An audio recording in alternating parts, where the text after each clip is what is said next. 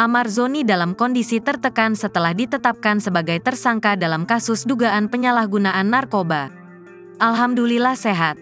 Tapi, tertekan pasti ya karena masalah dia datang bertubi-tubi, kata kuasa hukum Amar Zoni, John Matias, saat ditemui di Polres Metro Jakarta Barat, Kamis, tanggal 14 Desember tahun 2023, dini hari.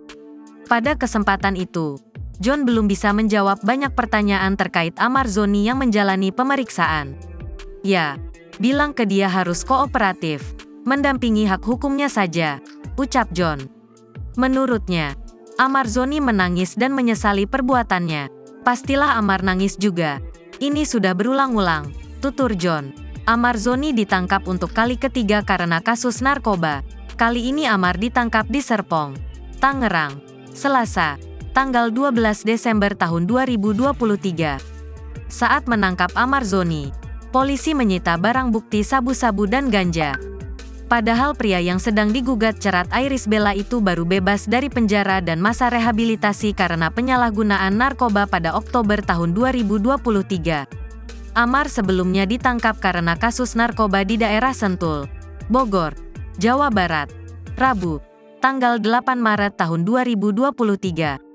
Barang bukti yang ditemukan berupa narkoba jenis sabu-sabu dengan berat kurang lebih 1 gram.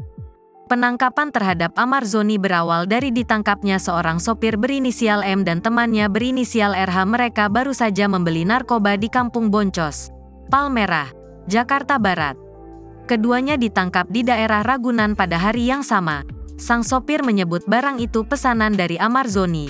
Atas kasus penyalahgunaan narkoba itu, Amar Zoni menjalani hukuman selama 7 bulan di Lapas Cipinang, Jakarta Timur.